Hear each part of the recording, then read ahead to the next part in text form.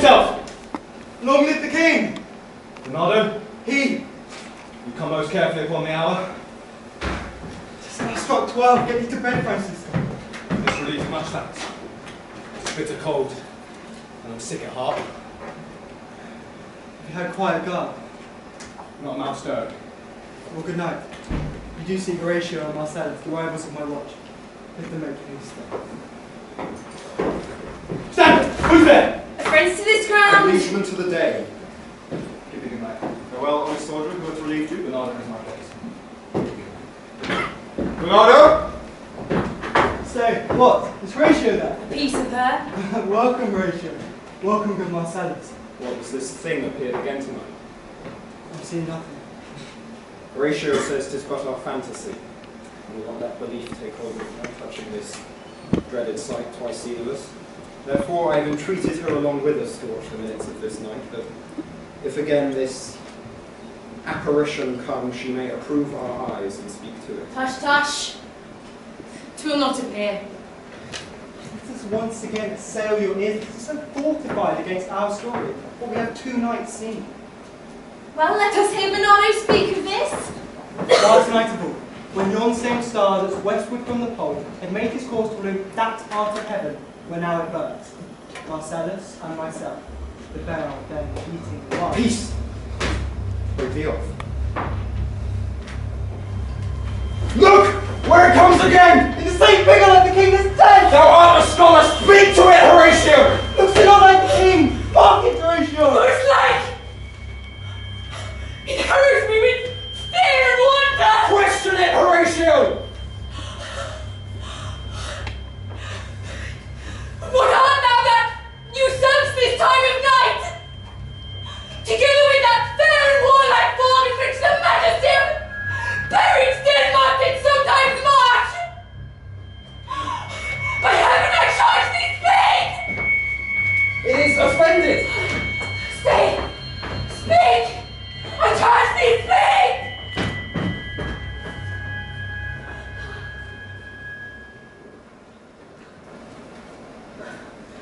It is gone. And will not answer.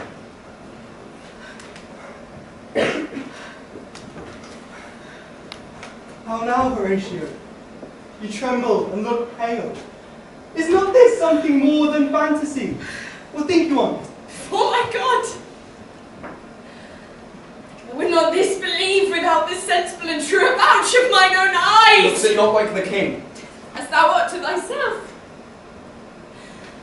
Such was the very armour he had on when he the ambitious Norway combated. So frowned he when, in angry pall, he smote the steeled poleaxe on the ice. 'Tis strange. Thus twice before, and just at this dead hour, with martial stalk hath he gone by our watch. What particular thought to work, I know not, but in the gross and scope of my opinion, this bodes some strange eruption to our state. Good. Now tell me, she that knows, why this same strict and most observant watch so nightly toils the subject of the land? And why such daily cast of brazen cannon and foreign mark for implements of war? Who is that can inform me? That can I. At least the whisper goes so. Our last king, whose image even now appeared to us, was, as you know, by Fortinbras of Norway, dead to the combat, in which our valiant Hamlet did slay this Fortinbras, who, by a sealed compact well ratified by law and heraldry, did forfeit all those his lands. Now, sir, the young Fortinbras of unimproved metal hot and full hath, in the skirts of Norway here and there, sharked up a list of landless resolutes for food and diet of some enterprise, that hath a stomach in it, which doth well appear unto our state. But to recover of us, by strong hand and terms compulsative, those foresaid lands so by his father lost. And this, I take it, is the main motive of our preparations. I think it'd be no other, but even so. Well may it sort that this pretentious figure that comes armoured through our watch, so like the king that was and is the question of these wars. The mote it is to trouble the mind's eye. In the most high and palmy state of Rome, a little ere the mightiest Julius fell, the graves stood tenantless, and the sheeted dead did squeak and gibber in the Roman streets. The stars with trains of fire, dews of blood, disasters in the sun, and the moist star upon whose influence Neptune's empire stands was sick almost to doomsday with eclipse.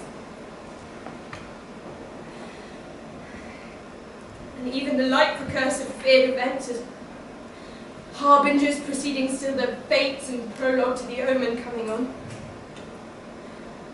Of heaven and earth, together demonstrated unto our climates and countrymen. Soft. Behold, where he comes again! Oh, cross it, don't grasp me!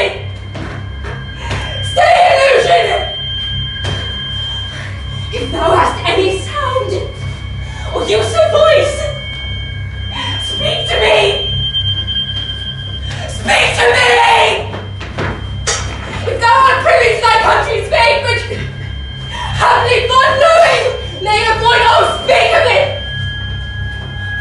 Or if thou hast extorted in thy life, uphoarded treasures in the womb of the earth, for which they say your spirits must walk in death!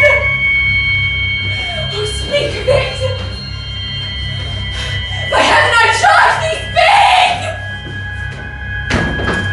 Stop it, Bernardo!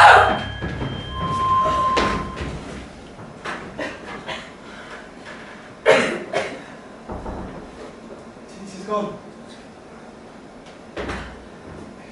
It was about to speak when the cock crew.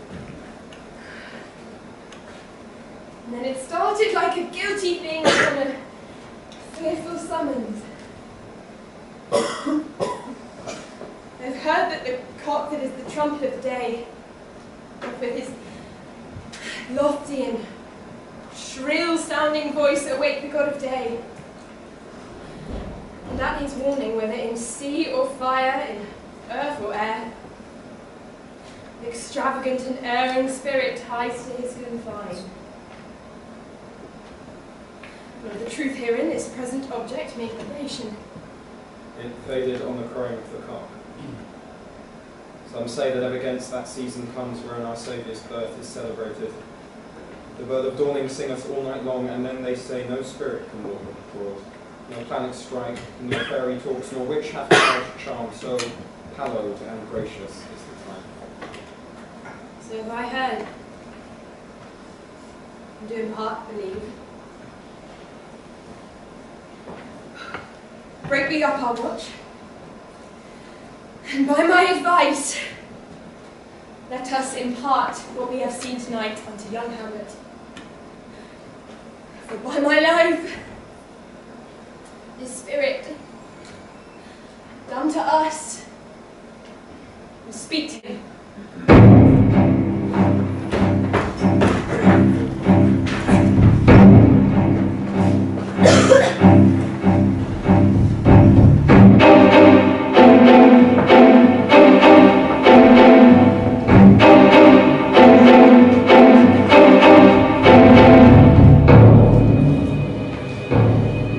Yet of Hamlet, our dear brother's death, the memory be green,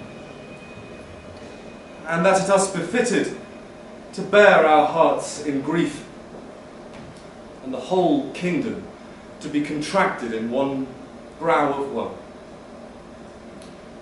Yet so far hath discretion fought with nature that we with wisest sorrow think on him, together with remembrance of ourselves.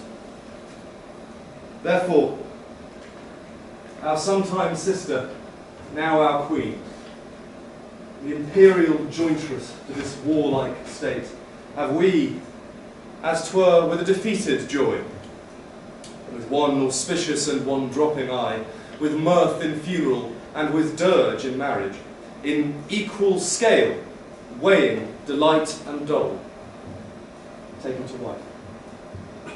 Nor have we here embarred your better wisdoms which have freely gone with this affair along. For all, our thanks. Now, follows that you know. Young Fortinbras, holding a weak supposal of our worth, or thinking by our late dear brother's death the state to be disjoint and out of frame, he hath not failed to pester us with message importing the surrender of those lands lost by his father with all bonds of law to our most valiant brother. So much for him. Thus much the business is. We have here writ to Norway, uncle of young Fortinbras, to suppress his further gate herein. We here dispatch you, good friend Voltimand, for bearing of this greeting to old Norway. Farewell, and let your haste commend your duty. In that and all things, Well, we shall our duty. In doubt of nothing, heartily farewell. But now, Laertes, what's the news with you? You told us of some suit. What is, Laertes? You cannot speak of reason to the Dane and lose your voice. What wouldst thou have, Laertes? Dread my lord, your leave and favour to return to France, from whence so willingly I came to Denmark to show my duty in your coronation. Yet now I must confess that duty done, my thoughts and wishes turn back to France, and bow them to your gracious leave and pardon. Have you your father's leave? What says Polonius? He hath, my lord. I do beseech you, give him leave to go. Take thy fair hour, Laertes. Time be thine, and thy best graces spend it at thy will. But now, our cousin Hamlet and my son. With more than kin and less than kind. How is it that the clouds still hang on you? Not so, my lord. I am too much of a son. Good Hamlet, cast thy knightly colour off, and let thine eye look like a friend on Denmark. Not forever with thy veiled lids seek for thy noble father in the dust. Thou knowest, 'tis common. All that lives must die, passing through nature to eternity. Aye, madam. It is common. If it be, why seems it so particular with thee? Seems, madam. Nay, it is. I know not seems. 'Tis not only my inky cloak, good mother, nor customary suits of solemn black, nor windy suspiration of forced breath, no, not a fruitful river in the eye, together with all forms, moods, shapes of grief that can denote me truly. These indeed seem. For their actions a man might play, but I have within that which passeth show. It is but the trappings and the suits of work. It is sweet and commendable in your nature, Hamlet, to give these mourning duties to your father. But you must know your father lost a father. And that father lost his, and the survivor bound in filial obligation for some term to do obsequious sorrow, but to persever in an obstinate condolement is a course of impious stubbornness. 'Tis unmanly grief. Shows a will most incorrect to heaven. A heart unfortified, a mind impatient and understanding simple and unschooled. For what we know must be, and is as common as any the most vulgar thing to sense, why should we, in our peevish opposition, take it to heart? Pray you throw to earth this unprevailing woe and think of us as of a father. For let the world take note, you are the most immediate to our throne, with no less nobility of love than that which dearest father bears his son, who I impart toward you. For your intent in going back to school in Wittenberg, it is most retrograde to our desire, and we beseech you, bend you to remain here in the cheer and comfort of our eye, our chiefest courtier, cousin, and our son. Let not thy mother lose her prayers, Hamlet. I prithee stay with us. Go not to Wittenberg. I shall in all my best obey you, madam. Why, 'tis a loving and a fair reply. Be as ourself in Denmark. Madam, come. This gentle and unforced accord of Hamlet sits smiling to my heart. Come, away.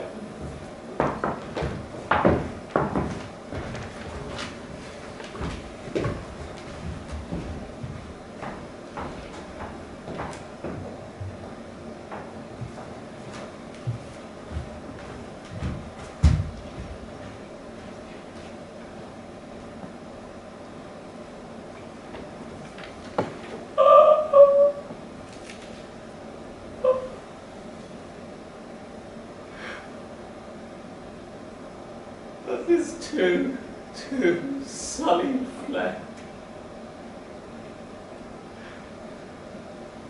would melt, thaw, and resolve itself into a dew.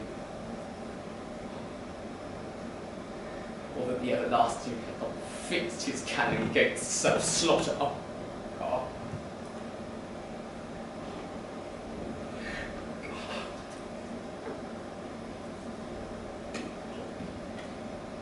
How weary, stale, flat, and unprofitable seem to me all the uses of this world. Fie! 'Tis an unweeded garden that grows to seed. Things rank and gross in nature possess it me.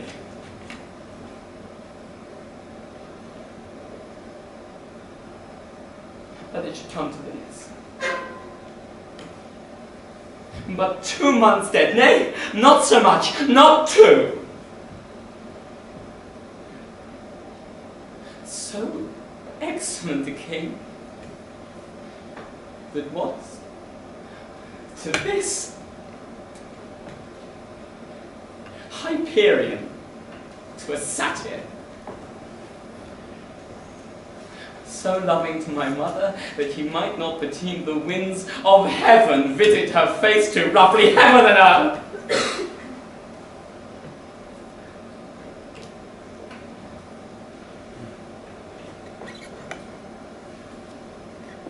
Must I remember? Why? She would hang on him as if increase of appetite had grown by what it fed on, and yet within a month, let me not think on't. Frailty, thy name is woman.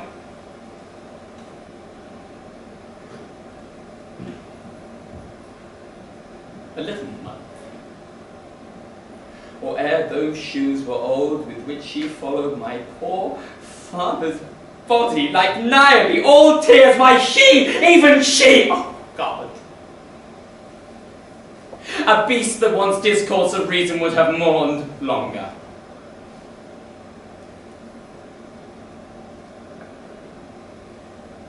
Married with my uncle. My father's brother, but no more like my father than I. To Hercules.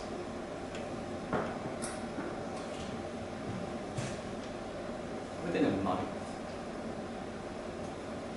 Ere yet the salt of most unrighteous tears had left the flushing in her gauntlet eyes, she married. Oh, no wicked speed! To post with such dexterity to incestuous sheets!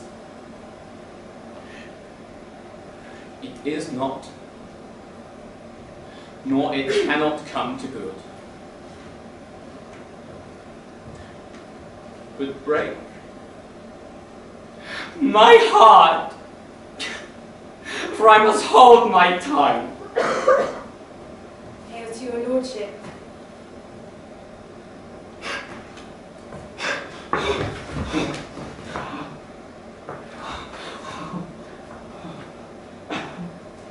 I'm glad to see you well, Horatio. Say, my lord, and your poor servant ever. Oh, my good friend, I'll change that name with you. But what made you from Wittenberg, Horatio? Marcellus? My good lord. I'm very glad to see you. Good even, sirs. But what in faith made you from Wittenberg? True in disposition, good my lord. I would not hear your enemies say so, nor shall you do mine ear that violence against yourself. I know you are no truant. But what is your affair in Elsinore? My lord, I came to see your father's funeral. I pray thee. Do not mock me, fellow student. I think it was to see my mother's wedding. Indeed, my lord. Followed hard upon. Thrift, Horatio. The funeral baked meat did coldly furnish forth the marriage table. Would I had met my dearest foe in heaven, or ever I had seen that day, Horatio. My father. Methinks I see my father. Oh. Where, my lord? In my mind's eye, Horatio. I knew him once. He was a goodly king. He was a man. Take him for all in all. I shall not look upon his like again. My lord.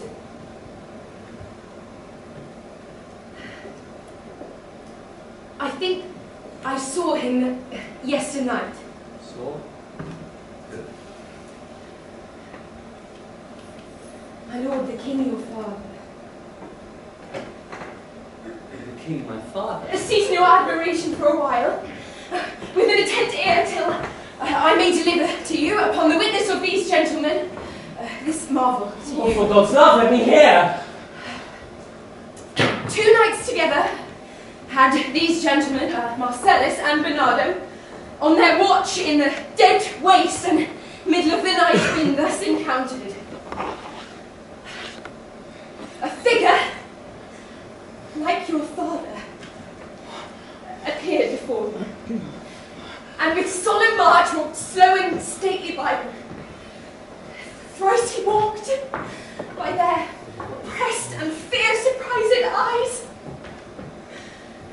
and I with them the 3rd night kept the watch, where, as they had delivered, in time, form of the thing, each word made true and good. The apparition comes. I knew your father. These hands are not more like. Yeah, but where was this? My lord, upon the platform where we watched. Did you not speak to it? My lord, I did, but answer made it none. Yet once methought it lifted up its head and did address itself to motion as if it would speak, but even then the morning cock grew loud, and at the sound it shrunk in haste away and vanished from our sight. This is very strange. As I do live, my old lord, 'tis true. And we think it writ down in our duty to let you know of it. Indeed, indeed. No, but this troubles me. You hold your watch tonight? We do, my lord. You're armed, you say? Armed, my lord. From top to toe? My lord, from head to foot. Then saw you on his face. And my lord, he wore his beaver up. Looked frowningly. A countenance more in sorrow than in anger. Not pale or red. Nay, very pale. And fixed his eyes upon you. Fixed constantly. I would I had been there. Would have much pleased you. I will watch tonight. Perchance we'll walk again. Warrant you it will. If pursue my noble father's person. Now I'll speak to it, though hell itself should gape and bid me hold my peace. I pray you all. If you have hitherto concealed this sight, let it be tenable in your silence still, and whatsoever else shall have tonight, give you your understanding, but no time. I will requite your loves. So, upon the platform, betwixt 11 and 12, I'll visit you. Our duty to your honour. Your love is mine too. Farewell.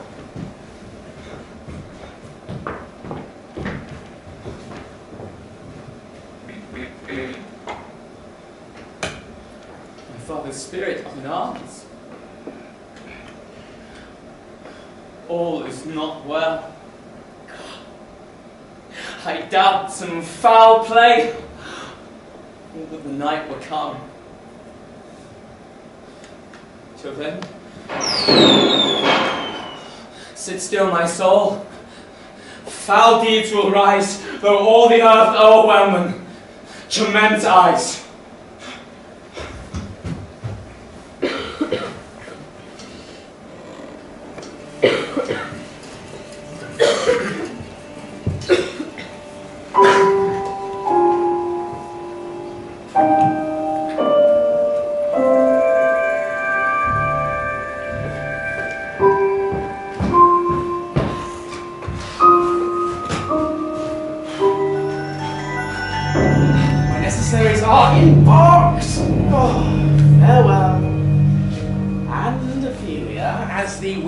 Benefit and convoyed his assistants, do not sleep, but let me hear from you. Do you doubt that? For Hamlet, and the trifling of his favours hold into fashion and a toy in blood. A violet in the youth of priming nature, froward, not permanent, sweet, not lasting, the suppliance of a minute, no more. No more but so? Think it, no more. Perhaps he loves you now, and now no soil nor portal doth besmirch the virtue of his will. But you must fear his greatness weight, his will is not his own. For he himself is subject to his birth. He may not, as unvalued persons do, carve for himself. On his choice depends the sanctity and health of the whole state, and therefore must his choice be circumscribed unto the voice and yielding of that body whereof he is the head. He says he loves you, it's your wisdom so far to believe it. But weigh what loss your honour may sustain if with too credent ear you list his songs, or lose your heart, or your chaste treasure open to his unmastered importunity. Fear it, Ophelia. Fear it, my sweet sister. And keep within the rear of your affection, out of the shot and danger of desire. Beware again. Best safety lies in fear. Youth to itself rebels, though none else near. I shall the fact of this good lesson keep as watchman to my heart. But, good my brother, do not, as some ungracious pastors do, show me the steep and thorny way to heaven, whilst like a puffed and reckless libertine himself the primrose path of valiant treads, and recks not his own reach. Oh, fear me not. Oh, I stayed too long. Oh, dear, my father comes. Yet here, Laertes, aboard for shame! The wind sits in the very shoulder of your sail, and you are stayed for. There, my blessing with thee. And with these few precepts in thy memory, see thou character. Give thy thoughts no tone, nor any unproportioned thought his act. Be thou familiar, but by no means vulgar. Those friends thou hast, and their adoption tried, grapple them to thy soul with hoops of steel, but beware of entrance to a quarrel, but being in, better thee oppose, beware of thee. Give every man thine ear, but few thy voice. Take each man's censure, but reserve thy judgment. Costly thy habit, as the purse can buy, but not expressed in fancy, rich, not gaudy, for the apparel oft proclaims the man. Neither a borrower nor lender be, for loan oft lose itself, and friend, and borrowing dulls the edge of husbandry. This above all, to thine own self be true, and it must follow as the night the day, thou canst then be false to any man. Farewell, my blessing season this indeed. Most humbly do I take my leave, my lord. Time invites you, go! Well, Ophelia, and remember where was I sitting? 'Tis in my memory locked, and you yourself shall keep the key of it.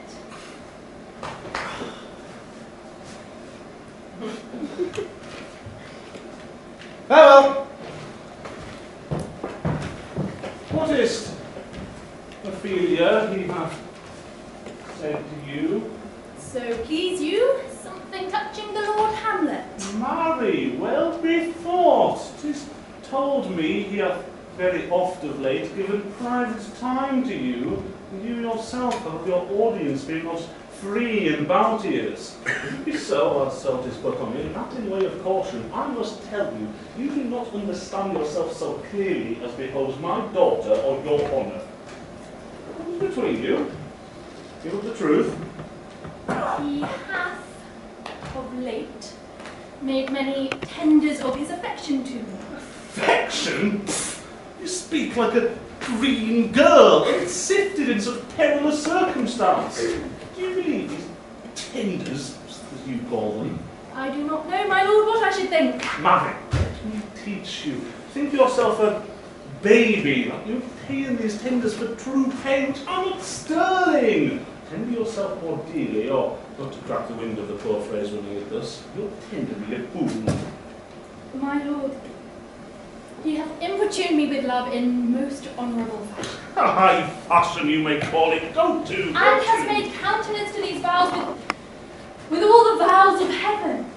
Aye, springes to God's woodcocks. I do know when the blood burns, how prodigal the soul ends that unvows.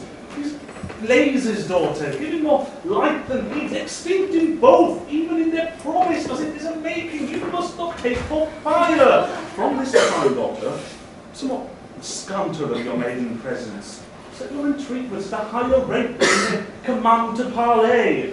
The Lord Hamlet do not believe his vows. This is for all. I would not, in plain terms, from this time forth, have you so slander any moment's less here as to be words or talk with thy Lord Hamlet. Do it, I charge you. Come your ways. I shall obey, my lord.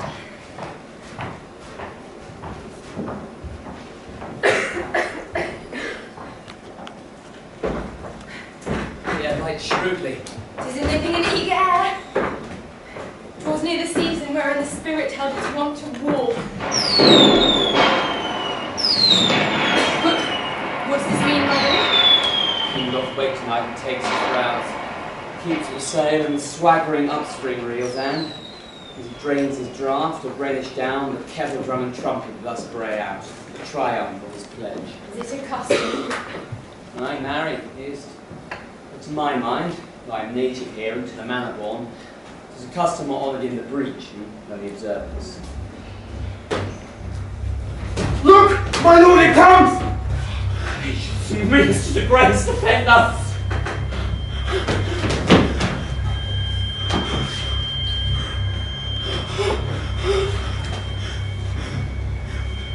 No spirit of hell, or goblin damned, and ring with the airs from heaven or blast from hell, be thy intent winged or charitable. Thou come in such a questionable shape that I will speak to thee. I'll call thee Hamlet, King, Father, Royal Dane, oh answer me! Let me not burst in ignorance, but tell why thy canonized bones, hearsed in nether, burst their cerements. Why the sepulchre, wherein we saw thee quietly and an oak is ponderous and marble jaw? Speak, thou dead corpse! Say, why is this? Wherefore? What should we do? Beckons you to go away with it. But do not go with it! No, by no means! What should we fear? I do not set my life in a pin's screen as my soul. What can do to that being a thing immortal as itself? Here with me for the game. I'll follow it. And would you get you towards the blood, my lord? Or is it dreadful? Summit of a cliff that beetles over his face into the sea, and there assumes some other horrible form which might deprive your sovereignty of reason and draw you into madness. Think of it. He wasn't for the game. Go on, I'll follow thee. Shall not go, my lord. Hold up your hands. My cruelty shall not go. My way cries out, and making pretty artery in his body as hard as the anemia life's nerve. Still I called. I had me. By heaven, I'll make a ghost of him that lets me. I say, away. Go on. I'll follow thee!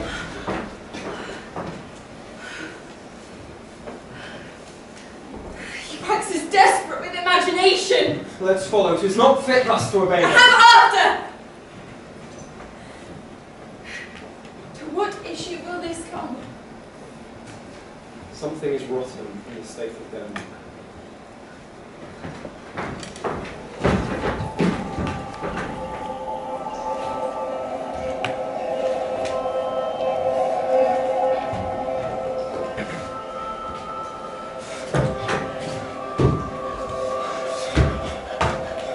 Where will thou lead me? Speak! I'll go no further! Mark me! I will! My hour is almost come, when I to sulphurous and tormenting flames must render up my soul. Oh, alas, poor girl! Pity me not! But lend thy serious hearing to what I shall unfold. Speak! I'm bound to hear! So art thou to revenge, when thou shalt hear. What? I am thy father's spirit, doomed for a certain time to walk the night and for the day confined to fasting fires until the foul crimes done in my days of nature are burnt and purged away. But I am forbid to tell the secrets of my prison house I could attempt to unfold, whose lightest word would harrow up thy soul. Freeze thy young blood, make thy two eyes like stars start from their spheres. But this eternal place must not be to ears of flesh and blood. List! Hamlet! List! If thou didst ever thy dear father love, revenge his foul and most unnatural murder! Murder! Murder most foul! As in the best it is, but this most foul, strange and unnatural. Haste me to know it, that I with wings as swift as meditations all the thoughts of love me, sweet to my revenge! Find thee apt. Now Hamlet here, it's given out that sleeping in my orchard, a serpent stung me. So the whole ear of Denmark is by a forged process of my death, rankly abused. Know thou, noble youth, the serpent that did sting thy father's life now wears his crown! Oh, my spending soul! My uncle! That incestuous, that adulterate beast! With witchcraft of his wit, with traitorous gift, and wicked written gifts that have the power so to seduce, won to his shameful lust, the will of my most seeming virtuous queen. Oh, Hamlet, what a falling off was there from me, whose love was of that dignity that went hand in hand even with the vow I made to her in marriage, and to decline upon a wretch whose natural gifts were poor to those of mine. Oh, but soft. Methinks I scent the morning air. Brief let me be. Sleeping in my orchard, upon my secure hour, thy uncle stole the juice of cursed Lebanon in a vial. and in the porches of my ears. Pour the leprous distillment, whose effect holds such an enmity with the blood of man that swift as quicksilver it courses through the natural gates and alleys of the body. The thin and wholesome blood, so did it mine. And the most instant tetter barked about, most Lazar-like, with vile and loathsome crust. All my smooth body.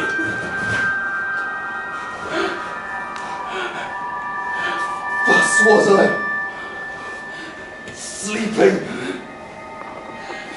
by a brother's hand of life, of crown, of queen at once dispatched.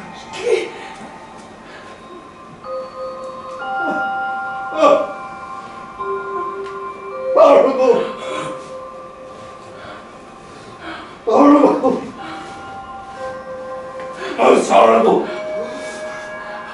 If thou hast nature in thee, bear it not! Let not the royal bed of Denmark be a couch for luxury and damned insect! But, howsoever thou pursuest this act, taint not thy mind, nor let thy soul contrive against thy mother, or leave her to heaven. And to those thorns that in her bosom lodge to prick and sting her. Oh! Fare thee well at once. The glow once spice the matin to be near, and gins to pale his ineffectual fire. Adieu. Adieu, Hamlet. Remember me.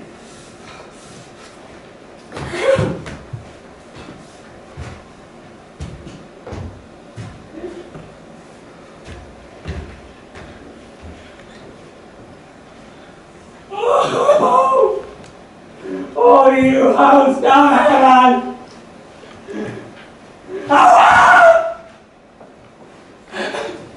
What else? And shall I couple hell or fight? Hold my heart, and you my sinews, grow not instant old, but bear me stiffly up. Remember thee, thou poor ghost, one memory holds a seat in this distracted globe. Remember thee! Yea, from the tables of my memory, I'll wipe away all trivial fond record, all forms, all saws of books, all precious bars, the gifted observation that copied there.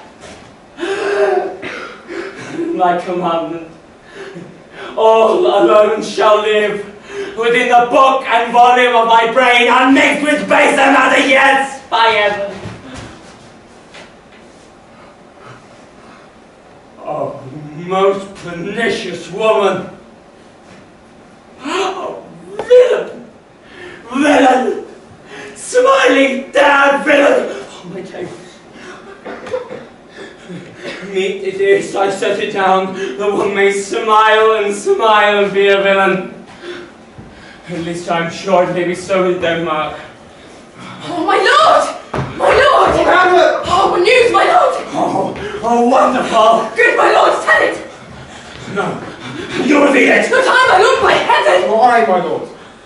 How say you then? With heart of man once thinks, but you'll be secret! You'll be well, my lord! There was ne'er a villain dwelling in all Denmark, but he's an arrant knave! There needs no ghost come from the grave to tell us this, my lord. Why, right? You ain't right. And so, without more circumstance at all, I hold it fit that we shake hands and part. You, as your business and desire, shall lead you, for every man has business and desire, such as it is. For my own poor part, look you, I'll go pray. These are but wild and whirling words, my lord. I'm sorry, faithful in you. Heartily, yes, faith heartily. There's no offence, my lord. Yes. By St. Patrick, but there is, Horatio, and much offence too, touching this vision here. It is an honest ghost, that let me tell you, for desire shall be between us, or master it as you may. And now, friends, you are friends, scholars and soldiers, give me one poor request. What is, my lord? We will. Never make known what you have seen tonight. My lord, we will not. Nay, but swear. In faith, my lord, not I. Why, my lord, in faith? Day and night, but this is what restraint. Therefore, as a stranger, give it welcome, Horatio. There are more things in heaven and earth not dreamt of in our philosophy. But come, here, as before, never so help you mercy, how strange or odd soe'er I bear myself, as I perchance hereafter shall think meet to put an antic disposition on. Oh, that you at such time see me never shall with arms encumbered thus, or his head shake, or by pronouncing of some doubtful phrase, as well we know, or if we list to speak all there be in it they might, with such ambiguous things out to note that you know aught of me. This not to do. Grace and mercy at your most need help you. My lord! All my life I do commend me to you. And what so poor a man as Hamlet is to express his love and friending to you, God willing, shall not lack. And let us go in together, and still your fingers upon your lips, I pray. Time is out of joint. Oh, cursed spite, that ever I was born to set it right.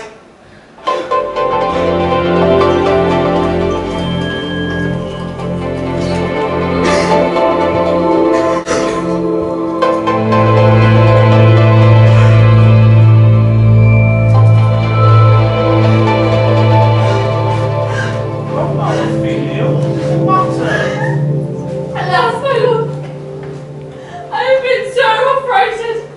What? In the name of heaven? Lord Hamlet, with his doublet all ungraced, no hat upon his head, his stockings fouled, ungartered and down gyvered to his ankle, pale as his shirt, his knees knocking at each other, and with a look so piteous in purport as if he had been loosed out of hell, he comes before me. Martin thy love? My lord, I do not know, but truly, I do fear it. What said he? He took me by the wrists and held me hard. Then goes he to the length of all his arm, and with his other hand thus o'er his brow he falls to such perusal of my face as he would draw it. Long stayed he so. At last a little shaking of my hand, and thrice his head thus up and down, he raised a sigh, so piteous and profound as it did seem to shatter all his bulk and end his being. That done, he let me go, and with his head over his shoulder turned, he seemed to find his way without his eyes for. Out of doors he went without their help. And last, then did their light on me. Go with me. I will go seek the king. This is the very ecstasy of love, whose violent property fordoes itself, and brings the will to desperate undertaking, as oft as any passion under heaven which afflicts our natures. I am sorry. Have you given him any hard words of late? No, my lord. But as you did command, I did repel his letters and denied his access to me. That hath made him mad. Sorry that with better speed and judgment I have not quoted him. I thought it of trifle and meant to wreck thee. We will go seek the king. This must be made known, which, kept close, might move all beneath to hide haste towards love.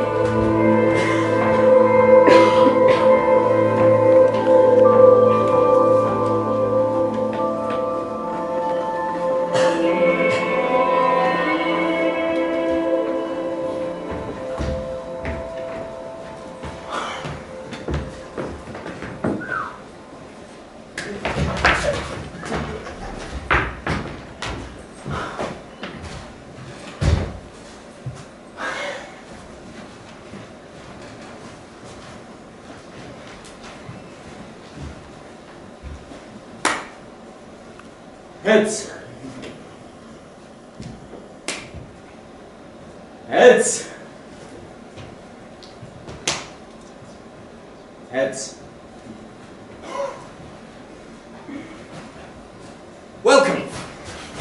Dear Rosencrantz and Guildenstern, moreover that we much did long to see you, the need we have to use you did provoke our hasty sending.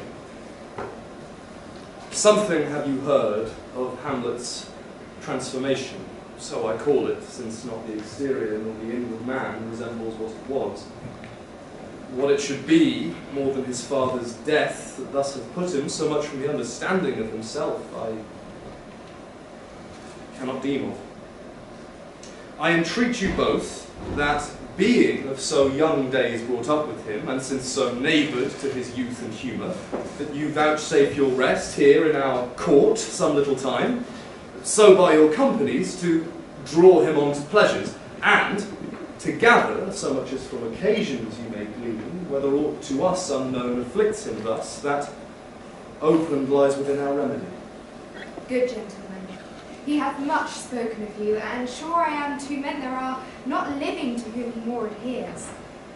If it will please you to do us so much gentry and goodwill as to expend your time with us a while, for the supply and profit of our hope, your visitation shall receive such thanks as fits the king's remembrance. Both your majesties might, by the sovereign power you have of us, put your dread pleasures more to command than to entreaty. But we both obey, and here give up ourselves on full bent, to lay our services at your feet, to be commanded. Thanks, Rosencrantz and gentle Guildenstern. Thanks, Guildenstern and gentle Rosencrantz. And I beseech you instantly to visit my too much changed son. Heavens make our presence and our practices both pleasant and helpful to them. Amen.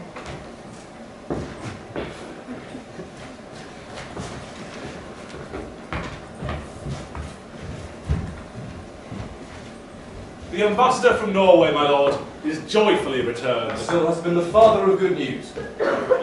My lord, I assure my good liege, I hold my duty, as I hold my soul, to my God and to my gracious king. And I do believe, unless this brain of mine hunts not the trail of policy so sure as I have used to do, that I have found the very cause of Hamlet's lunacy. Oh, speak of that I do long to hear. Give first admittance to the ambassador.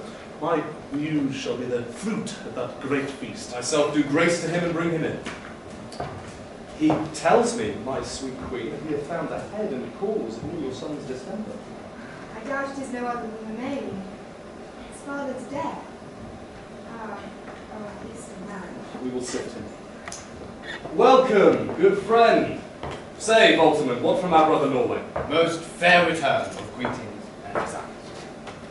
On our first, he sent out to suppress his nephew's levies, which to him appeared to be a preparation against the Poland. Better looked into, he truly found it was against your highness. Whereat grieve that so his sickness, age, and impotence was falsely borne in hand, sends out the rest on foot, which he, in brief, obeys, receives rebuke from Norway, and in fine vows before his uncle nevermore to give the essay of arms against your majesty. It likes us well. And at our more considered time we'll read, answer, and think upon this business. Meantime, we thank you for your well-took labour. Go to your rest. At night we'll feast together. Volterman, you are most welcome home. This business is well ended, my lord, madam, to expostulate what majesty should be, what duty is, why day is day, night is night, and time is time. Well, it's not to waste my day on time, therefore, since brevity is the soul of wit and tediousness the limbs and outward flourishes, I will be brief. Your noble son is mad. Mad call I it, for what is to define true madness but be nothing else but mad. But let that go. More matter with less art. Madam, I swear I use no art at all. And he is mad, 'tis true. 'Tis true, 'tis pity, and pity 'tis true. A foolish figure. But farewell it, for I will use no art. Mad let us grant him then, and thus it remains we must find the cause of this effect, or rather say, the cause of this defect, for this effect comes defected by cause. Thus fades after fade thus. I have a daughter, whilst she is mine, who in her duty and obedience, mark, hath given me this. Now gather, and surmise. To the celestial and my soul's idol, the beautified Ophelia. Oh, that's an ill phrase, vile phrase. Beautified is a vile phrase. You shall see these. In her excellent white bosom, these. Came this from Hamlet to her? Good madam, stay a while, and we'll be faithful. Doubt that the stars are fire, doubt that the sun doth move. Doubt truth to be a liar, but never doubt I love. Hamlet. This in obedience hath my daughter showed me, and more besides have his solicitings, as they fell out by time, by means and place, all given to mine ear. But how has she received his love? What do you think of me? As of a man faithful and honourable.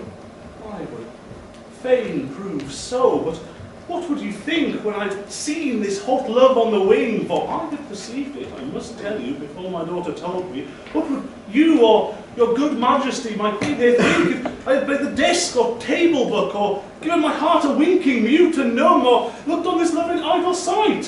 What would you think? No, I went round to work, and my young mistress did I bespeak. Lord Hamlet is a prince! Out of my star, this must not be! And then I precepts gave her that he should lock herself from his resort, accept no messengers, receive no tokens. Which done, she bore the fruits of my advice, and he, of course, said a short tale to make, fell into a sadness, then to a fast, then to a watch, then to a weakness, then to a lightness, and by what declension into the madness, whereon now he rave. All we wail for. Do you think it is this? It may be. What in such a time when I positively said 'tis so, and it proved otherwise? Not that I know. This from this, if this be otherwise. If circumstances lead me, I will find where truth is hid, though hid indeed within the very centre. How may we try further? You know, sometimes he walks 4 hours together, here in the lobby. So he doesn't need it. At such a time, I'll loose my daughter to him. You and I behind an arras then. Mark the encounter. If he love her not, and not from his reason fallen thereon, let need be no assistant to the state, but keep a farm and carters. We will try it. But look where sadly the poor rich comes reading. Away, I do beseech you both. Away, I'll report him presently. Give me leave.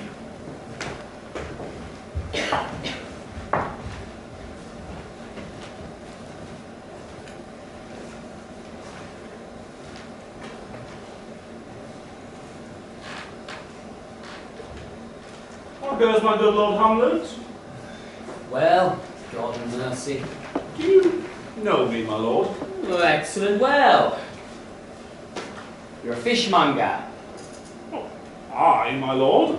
Would you were so honest a man. Honest, my lord? Aye, sir. To be honest, as this world goes, be one man picked out of 10,000. That's most true, my For lord. if the sun breeds maggots in a dead dog, being a good kissing carrier. Your daughter. I have, my lord. Let her not walk in the sun. Conception is a blessing, but not as your daughter may conceive, friend. Look to it. What say you by that? Still harping on my daughter. You knew me not at first. Said I was a fishmonger. He is far gone. Far gone. And yet truly in my youth did I suffer much extremity. Words. Words. What is the matter, my lord? Between who? Matter that you read, my lord. Slander, sir, for the terrible rogue said here that old men have grey beards, their faces are wrinkled, their eyes purging thick amber or plum tree gum, and that they have a plentiful lack of wit, together with most weak hands, always, sir, though I most powerfully and potently believe, yet I hold it not honest to have it thus set down. For you yourself, sir, should be as old as I am if, like a crab, huh? You could go backwards.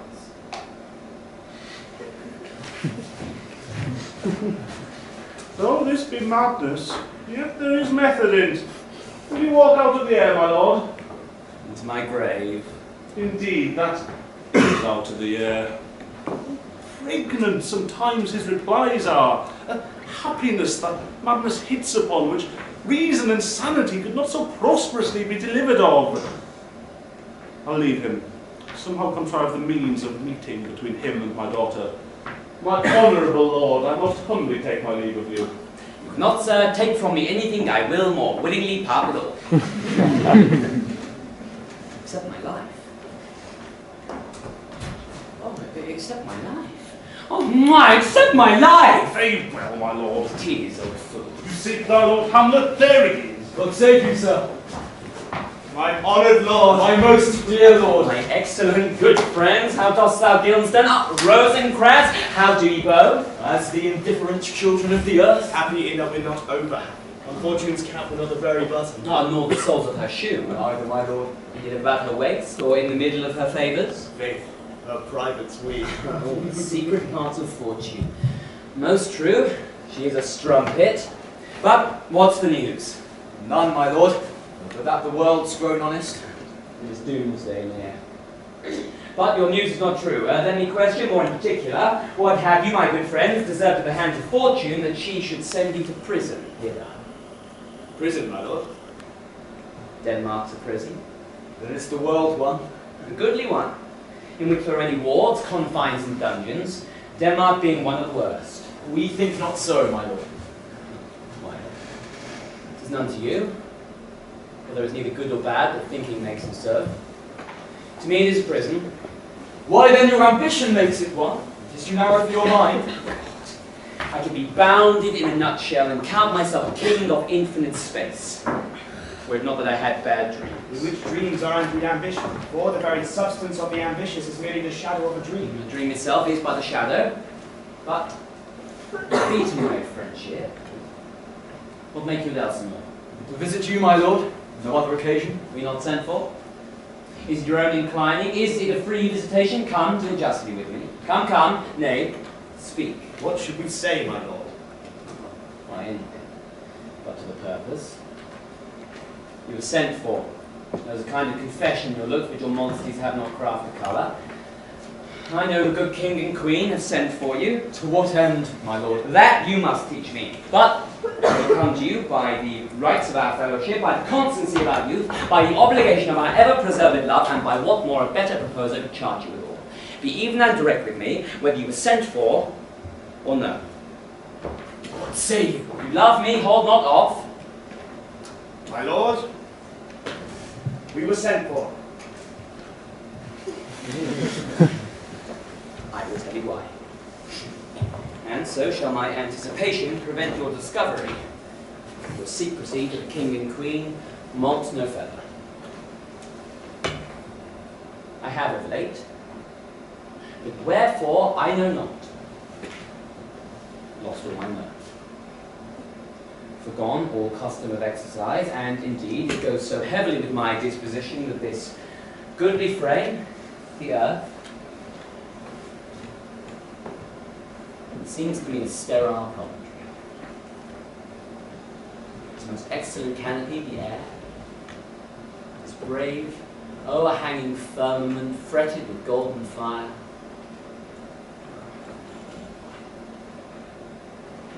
It seems no other thing to me than a foul and pestilent congregation of vapours.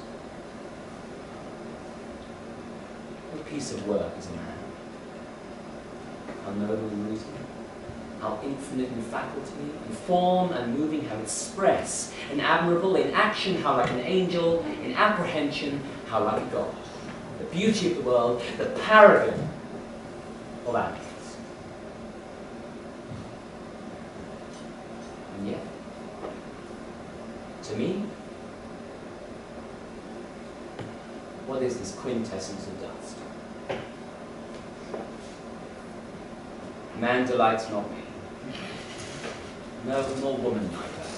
Though by his smiling you seem to say so. My lord, there was no such stuff in my thoughts. I think you laughed then when I said man delights not me. To think, my lord, if you delight not in a man, then an entertainment the players shall receive from you. We coated them on the way, and hither they are coming to offer you service. Well, how chance did they travel? Their residence in reputation and in profit was better both ways. I think their inhibition comes by the means of the late innovation. Now, my friends, you are welcome to Elsinore, but my uncle father and aunt mother are deceived. In what, my dear lord? I am but mad north-northwest. When the wind is southerly, I know a hawk from a handsaw. Mark you, Guildenstern, that great baby you hear coming is not yet out of his swaddling clouds. Happily he's the second time come to them, for they say an old man is twice a child. I will prophesy he comes to tell me of the play at the market. Oh, you say right, sir. Monday morning, 'twas ever so. My lord, I have news to tell you. My lord, I have news to tell you. We brought you as an actor in Rome. The actors have come hither, my lord. Buzz, hmm? Upon mine King honour. came, each actor in his ass. My lord, the best actors in the world, either for tragedy, comedy, history, pastoral, historical comical, historical pastoral, tragical historical, tragical comical historical pastoral, indivisible or poem unlimited. Seneca cannot be too heavy nor Plautus too light. For the laws of writ and liberty, these are the only men. Oh, Jephthah, what a treasure hast thou! What a treasure have he, my lord. One fair daughter, add no more, the which he loved, passing well. Still on my daughter. Am I not in the right, O Jephthah? If you call me Jephthah, I have a daughter I love passing well. Nay, that follows not. What follows then, my lord? Why? You are welcome, masters. Welcome all. Oh, I am glad to see you well. Welcome, my good friend, my old friend. What, my young lady and mistress, masters? You are all welcome. We'll even treat like the French falconers. Fly at anything we see. We'll have a speech, straight. Come, give us a taste of your quality. Come, a passionate speech.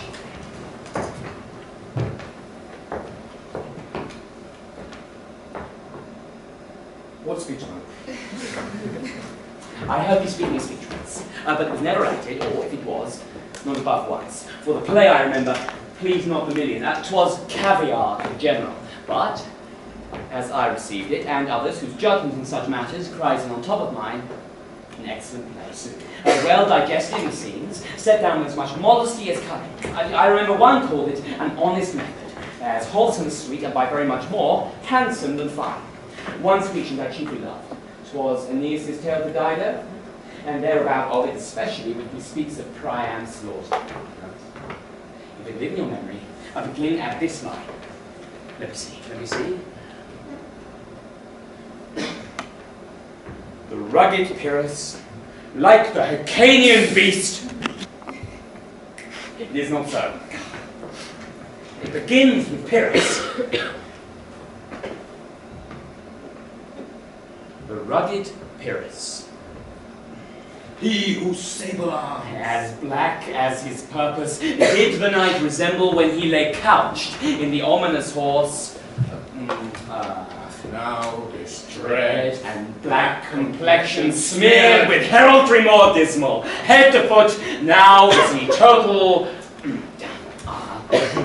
ghouls, roasted in wrath and fire, and thus o'ersized with coagulate gore. With eyes like carbuncles, the hellish Pyrrhus, old grandsire Priam seeks.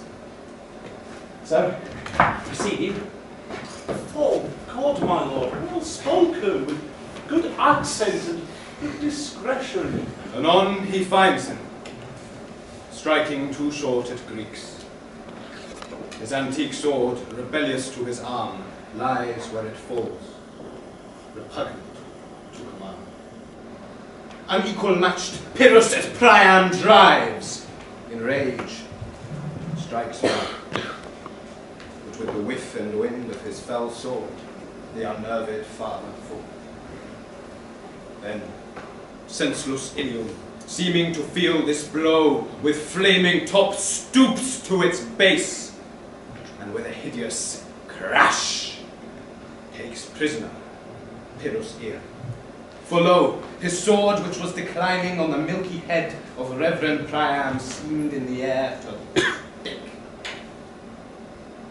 So, as a painted tyrant, Pyrrhus stood, and like a neutral to his will and matter, did nothing. But as we often see against some storm, the silence in the heavens, the rack stands still, the bold wind speechless in the orbs below as hushed as death.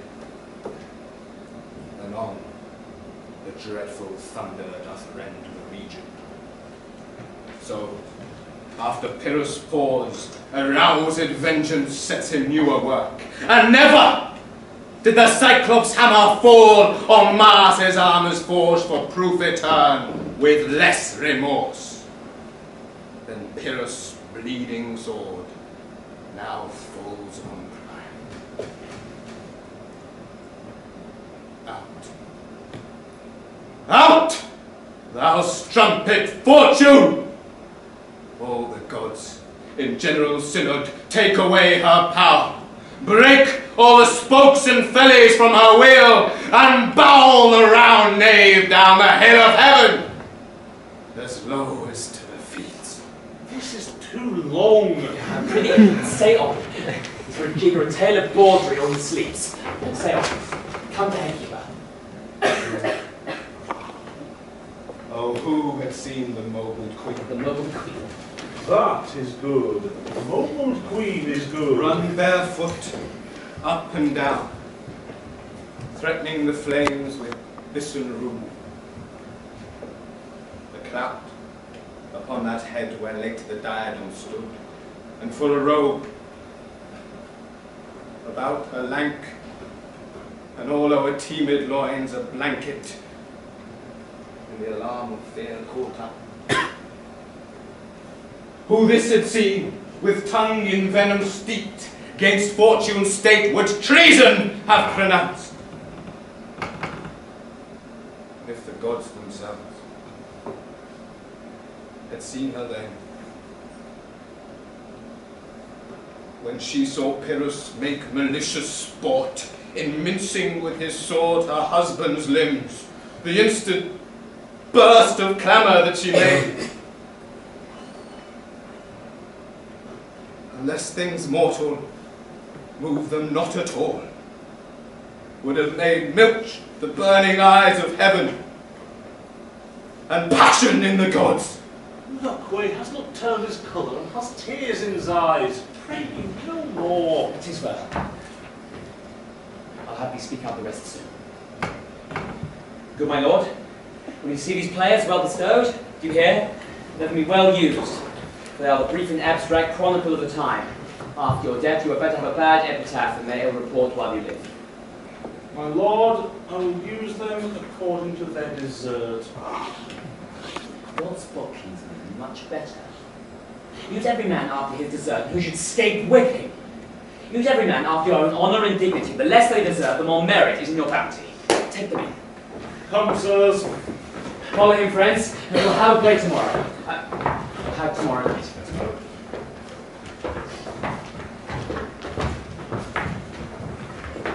My good friends, I'll leave you tonight. You're welcome to us. Good my lord. Aye, sir. God by you.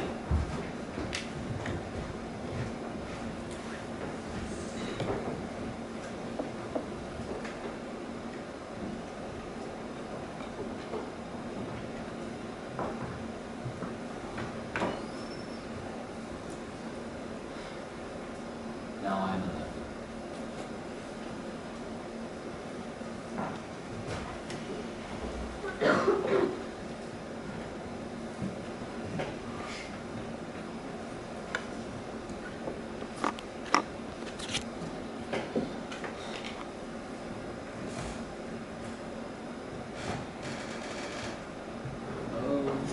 Rogue and peasant slave am I.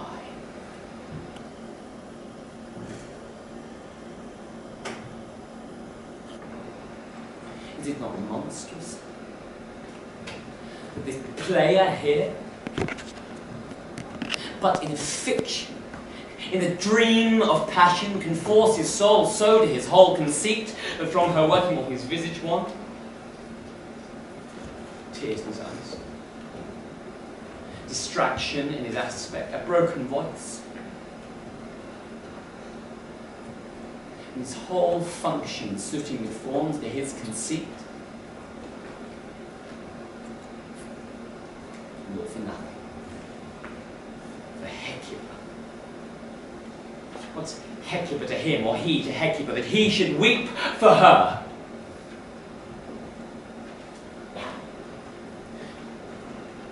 What would he do? Had he the motive and the cue for passion that I have?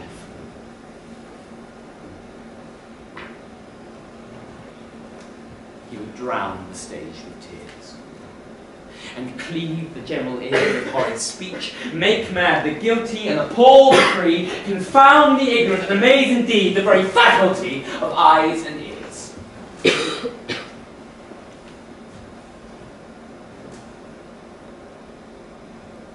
Yet I, a dull, a muddy metalled rascal, peak like John at dreams, unpregnant of my cause, and can say,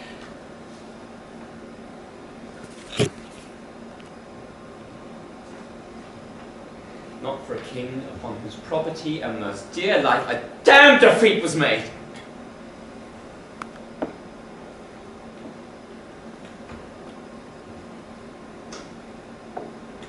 Am I a coward? Who calls me villain, huh? Breaks my pated cross, plucks off my beard and blows to my face, gives me the lie, the throat as deep as to the lungs. Who does me this? Why? I should take it. For it cannot be but I am pigeon-livered, and lack gall to make oppression bitter, or ere this I should have fatted all the region's kites with this slave's offal. Oh, bloody bawdy villain! Oh, remorseless, treacherous, lecherous, kindless felon! Oh, vengeance!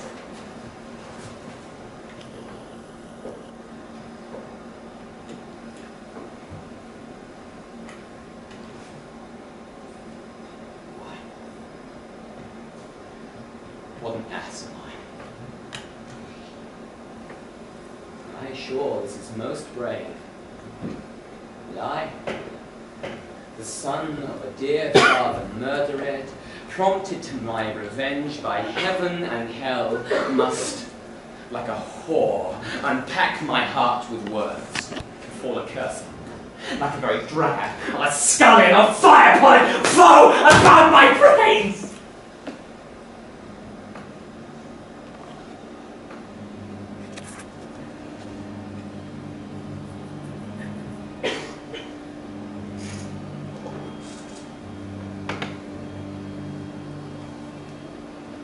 I have heard.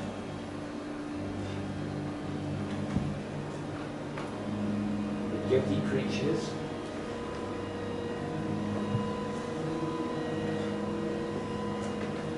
sitting at a play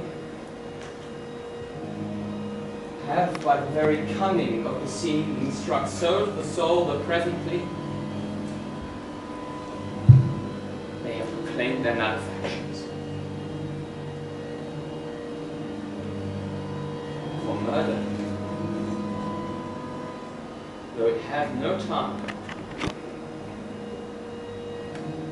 will speak with most miraculous order.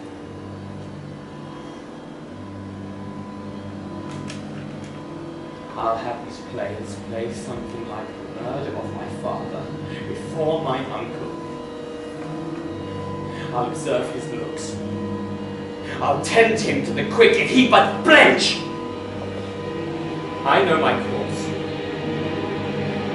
The spirit I have seen may be the devil, and the devil hath power to assume a pleasing shape, yea, and perhaps out of my weakness and my melancholy has he great contact with such spirits. Abuses me to damn me.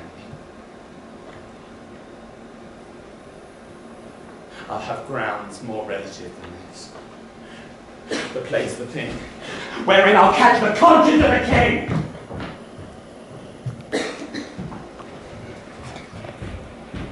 Can you by no drift of circumstance get from him why he puts on this confusion? Grating so harshly all his days of quiet with turbulent and dangerous lunacy? He must confess he feels himself distracted, but from what cause he will by no means speak. Well, we find him forward to be sounded, but with a crafty madness keeps aloof from me to bring him to some confession of his state. Did he receive you well? Most like a gentleman. But with much forcing of his disposition. Did you assail him to any pastime? Oh, madam, it so fell out that certain players we o'erwrought on the way. Of these we told him, and there did seem in him a kind of joy to hear it. They are about the court, and as I think they have already order this night to play before him. 'Tis most true. Can't he beseech me to entreat your majesties to hear and see the matter? With all my heart, and it doth much content me to hear him so inclined. Good gentlemen, give him a further edge, and drive his purpose on to these delights. We shall, my lord. Sweet Gertrude, leave us too, for we have closely sent for Hamlet hither, that he, as 'twere by accident, may hear of front Ophelia. Her father and myself, lawful Esquiles, will so bestow ourselves, that, seeing unseen, we may of his encounter frankly judge, and gather by him as he is behaved, if it be the affliction of his love or known that thus he suffers. I shall obey you.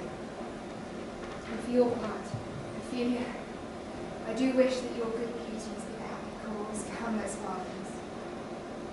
So shall I hope your virtues will bring him to his wanted will.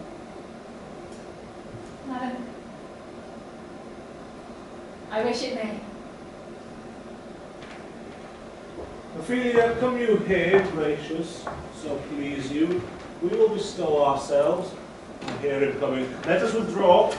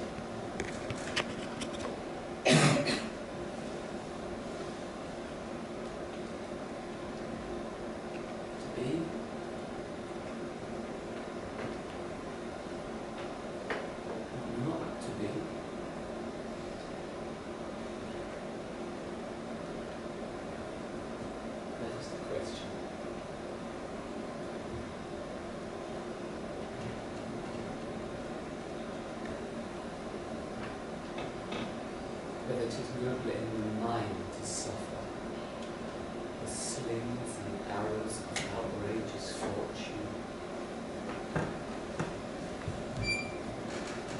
or to take arms against a sea of troubles and wide bosom.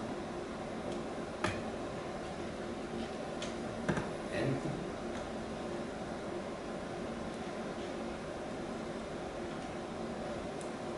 To die?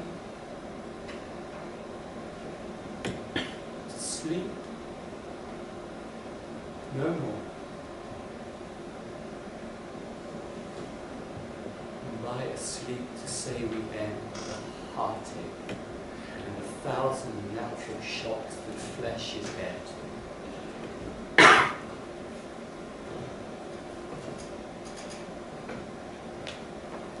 'Tis a consummation, devoutly to be wished, to die, to sleep, a chance to dream. Aye, there's the love.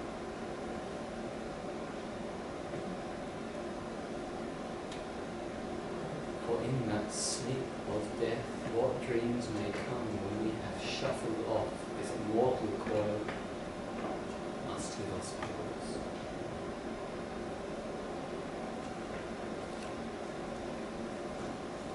There's the respect amidst calamity of so long life.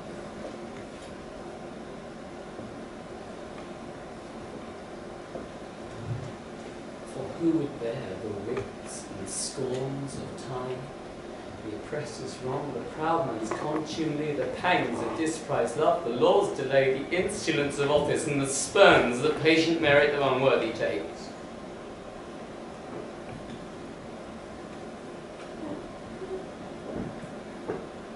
And he himself, might his quietest make bare body,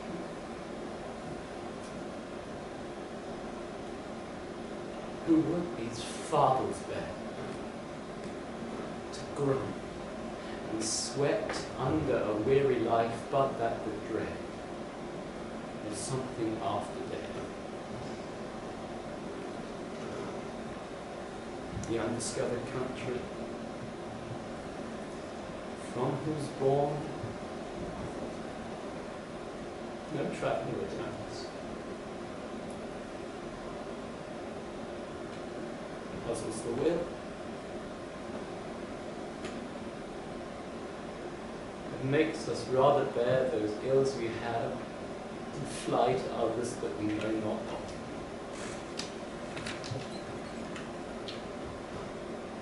Thus, conscience does make cowards of us all. And thus, the native hue of resolution, sickly dull with a pale cast of thought.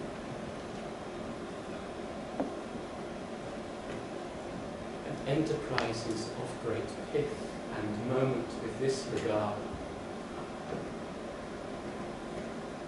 their currents turn.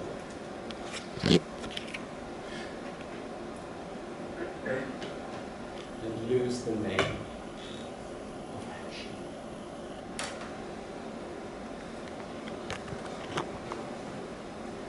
Softly now,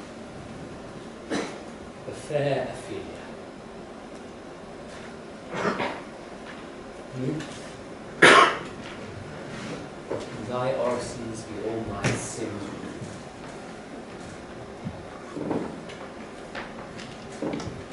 Good, my lord. How does thy honour for this many a day? I humbly thank you. Well,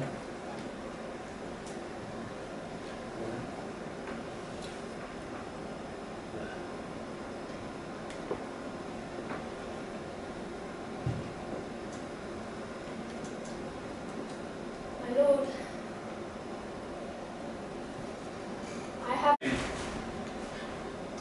what should such fellows as I do? Crawling between heaven and earth. We are arrant knaves all. Believe none of us. Go thy ways to a nunnery.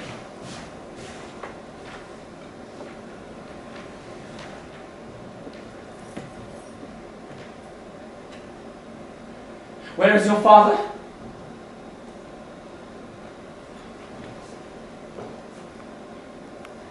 At home, my lord. Let the doors be shut upon him. that he may play the fool, nowhere but in his own house. Farewell. Ye sweet heavens, If restore thou me. dost marry, I'll give thee this plague for thy dowry. Be thou as chaste as ice, as pure as snow, thou shalt not scape calumny. To none. Go, or, if thou wilt needs marry a fool, for wise men know what monsters you make of them. I have heard about your paintings too, well enough. God gives you one face and you make yourselves another. To a nunnery. Go. Go to. I'm no more on't. It doth make me mad. I say we'll have no more marriages. Those that married already, all but one shall live. The rest shall stay as they are. To a nunnery. Go.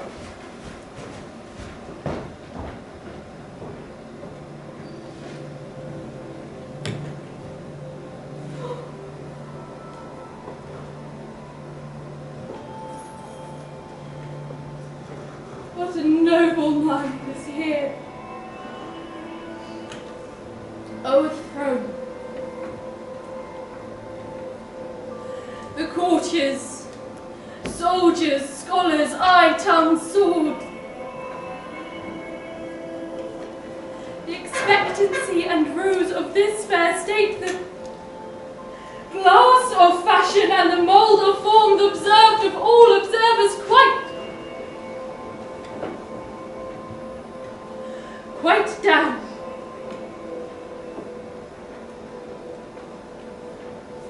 And I, of ladies most deject and wretched, that sucked the honey of his music vows, now see that noble and most sovereign reason, like sweet bells, jangled out of tune and harsh. That unmatched form and feature of blown youth, blasted with ecstasy.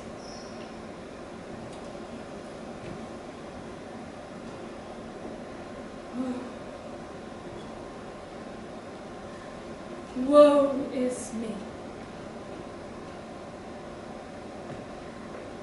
To have seen what I have seen.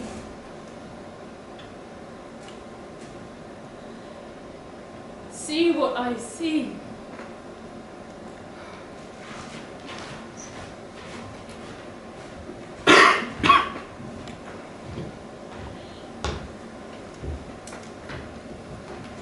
Love. His affections do not that way tend. Or he spake, though it lacked form a little, was not like madness. Something in his soul, for which his melancholy sits on brood, and I do doubt the hatch and the disclose will be some danger. The which, for to prevent, I have in quick determination thus set it down, he shall with speed to England. What think you on? It will do well. And yet do I believe the origin and commencement of this grief sprung from neglected love. My lord, do as you please, but if you hold it fit, after the play, let his queen mother all alone entreat him to show his grief. I'll be placed, so please you, in the ear of all their conference. If you find him not, to England send him, or confine him where you best shall think. It shall be so.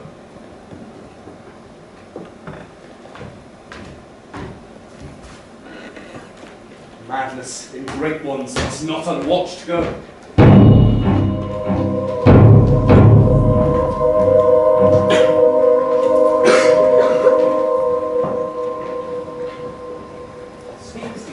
As I pronounce it to you, trippingly on the tongue. Nor do saw the air too much of your arms, but use all gently for, in the very torrent, tempest, and, as I may say, the whirlwind of passion, you must acquire and get a temperance that make it smooth. I don't warrant you. Be not too tame either, but let discretion be suit the action to the word to the action, for anything overdone is for the purpose of playing, whose end was and is at first and now as 'twere, to hold a mirror up to nature. Go, make you ready. What over, Horatio? Here, my sweet lord, at your service. Horatio, thou art even as just a friend as ever my conversation could. Oh, my dear lord. Nay, do not think I flatter. There's something too much in this. There is a play tonight before the king. One speech in it comes near the circumstance I have told thee of my father's death. Pray now, when thou seest that act afoot, observe my honour.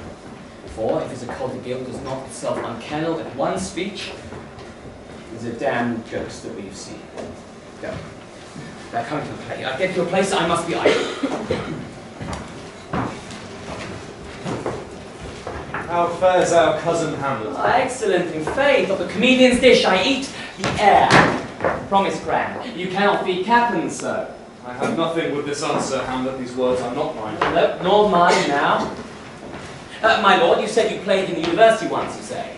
Ah, that's most true, my lord. Counted a good actor. What did you enact? Why, I did enact Julius Caesar. I was killed with capital. Brute have killed me.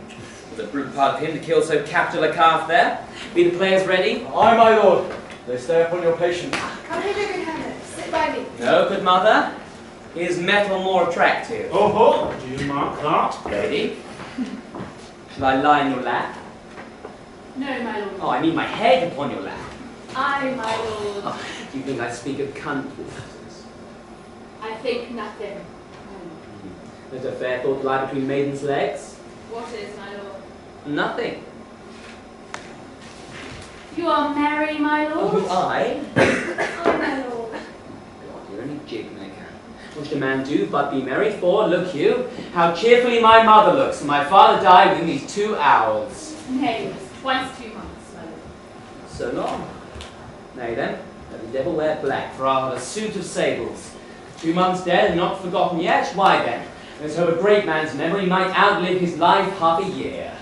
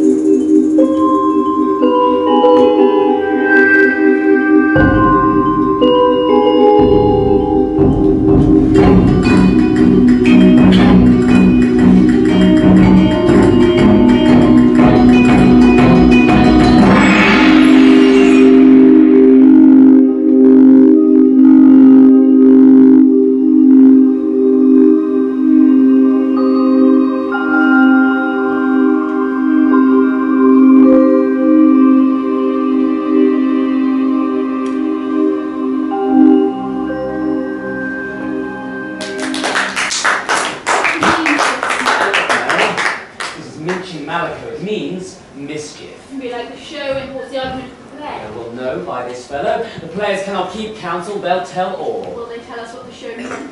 Aye. Or any show that you show him, you're not ashamed to show, and he'll not ashamed to tell you what it means.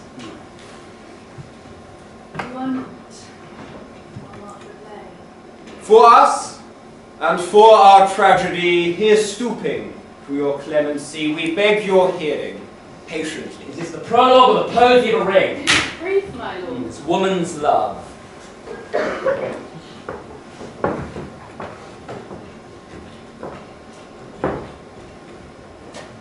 Full 30 times hath Phoebus' cart gone round Neptune's salt-wash and Tellus' orbit ground, and 30 dozen moons with borrowed sheen about the world times 1230's been.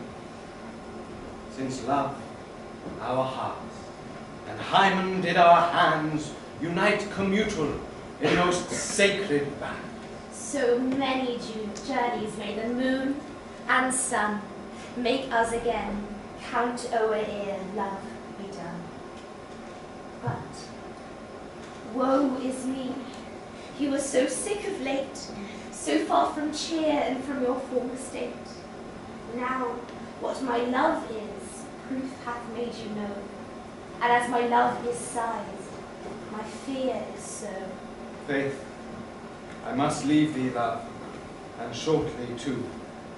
My operant powers leave to do, and thou shalt live in this fair world behind, honoured, beloved, and haply one as kind for husband shalt thou one day find. Oh, confound the rest! Such love must needs be treason in my breast. In second husband let me be accursed. None wed the second, but who killed the first? The instances that second marriage move, of base respects of thrift, but none of love. A second in time I kill my husband dead when second husband kisses me in bed. I do believe you think what now you speak, but what we do determine oft we break. Purpose is but the slave to memory of violent birth, but poor validity, which now, like fruit unripe, sticks on the tree, but fall unshaken when they mellow be. So think thou wilt no second husband wed, but die thy thoughts when thy first lord be dead. No earth to give me food, nor heaven light. Sleep and repose lock from me day and night. Each opposite that blanks the face of joy meet what I would have well, and it destroy. So here and hence, pursue me lasting strife, if, once a widow, ever I be wife. 'Tis deeply sworn. Sweet, leave me here a while. My spirits grow dull, and fain I would beguile the tedious day with sleep. Sleep. Rock thy brain, and never come mischance between us twain. Madam, how like you this play? The lady doth protest too much. Oh, but she'll keep her word. What do you call the play? The Mousetrap. The play is the image of a murder done in Vienna. The Duke's name's Gonzago, his wife Baptista, you shall see anon. 'Tis a knavish piece of work, but what of that? You're a good chorus, my lord. I can interpret between you and your loves if I can see the puppets dallying. You are he. This is one Lucianus, nephew to the king. Thoughts, black. Hands act. Drugs fit and time agreeing. Confederate season. Else no creature seen. Thou, mixture rank, of midnight's weeds collected, of Hecate's band, thrice blasted, thrice infected. Thy natural magic, entire property, a wholesome life, usurp immediately. He poisons him in the garden before his estate. The story is extant and writ in choice Italian. You shall see anon how the murderer wins the love of Gonzago's wife. The king rises. Such a false fire. How fares my lord? Give all the play. Give me some light! Away!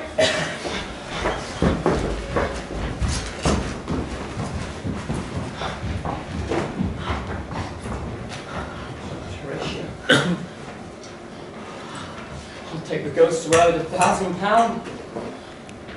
Tis perceived. Very well, my lord. Upon the talk of poisoning. I did very well note him. Come, some music, come the recorders. For the king like not the comedy, why then, but like he likes it not purdy. Come, some music. Good my lord, vouchsafe me a word. Sir, a whole history. The king, sir. Aye, sir, what of him? Is in his retirement marvellous distempered. With drink, sir? No, my lord, rather with choler. Your wisdom should show itself more wisely to signify this to his doctor, for me to put him to the purgation of his soul would perhaps plunge him into far more choler. Good my lord, put your discourse into some sort of a frame and start not so wildly from my affair. I am tame, sir. Pronounce. The queen, your mother, in most great affliction of spirit, hath sent me to you. You are welcome. Nay, good my lord, this courtesy is not of the right breed. If it please you to make me a wholesome answer, I shall do thy mother's commandments. Sir, I cannot. What, my I lord? will make you a wholesome answer. My wit's disease. She says your behaviour hath struck her into amazement and admiration. Oh, wonderful son that can so astonish a mother. My lord, you did love me once. And so do I still, by these pickers and stealers. And my lord, it is the cause of your distemper. You freely bar the door of your own liberty if you deny your griefs to your friend. Oh, have the recorders. Let me see one. Thank you, Horatio. Will you play upon this pipe? My lord, I cannot. I pray you. Believe me, I No, cannot. I do beseech you. I know no touch of it, my lord. That is as easy as lying. Govern these ventrages with your fingers and thumb, give it breath with your mouth, and it will discourse most eloquent music. You see? These are the stops. But these cannot I command to any utterance of harmony. I have not the skill. Well, you seem to know my stops. You would pluck out the heart of my mystery. You would seem to sound me from my lowest note to the top of my compass. Do you think I'm easier played upon than the pipe? Call me what instrument you will, though you can fret me, if you cannot play upon me. God bless you, sir! The Queen would speak with you until presently. Oh, then I will come to her by and by. They fool me to the top of my bed. I will come by and by. I would say so. By and by is easily said. Leave me, friends.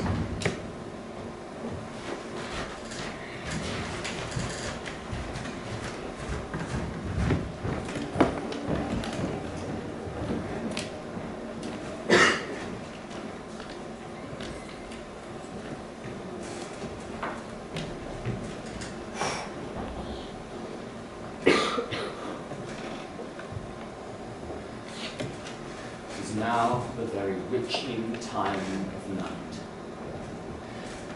when churchyards yawn and hell itself breathes out contagion to this world.